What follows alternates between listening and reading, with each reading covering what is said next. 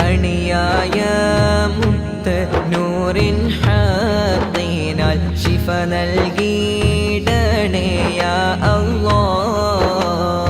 അസ്സലാത്തു വസ്സലാമു അലൈക യാ റസൂലല്ലാഹ്.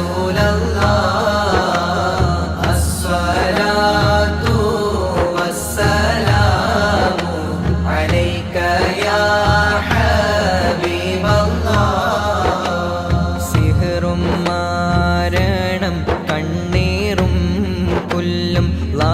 ലാലിമീങ്ങൾ ചൂരത്തുമ്പോൾ ഹുബ്ബ് കൊണ്ടിതിഹാസം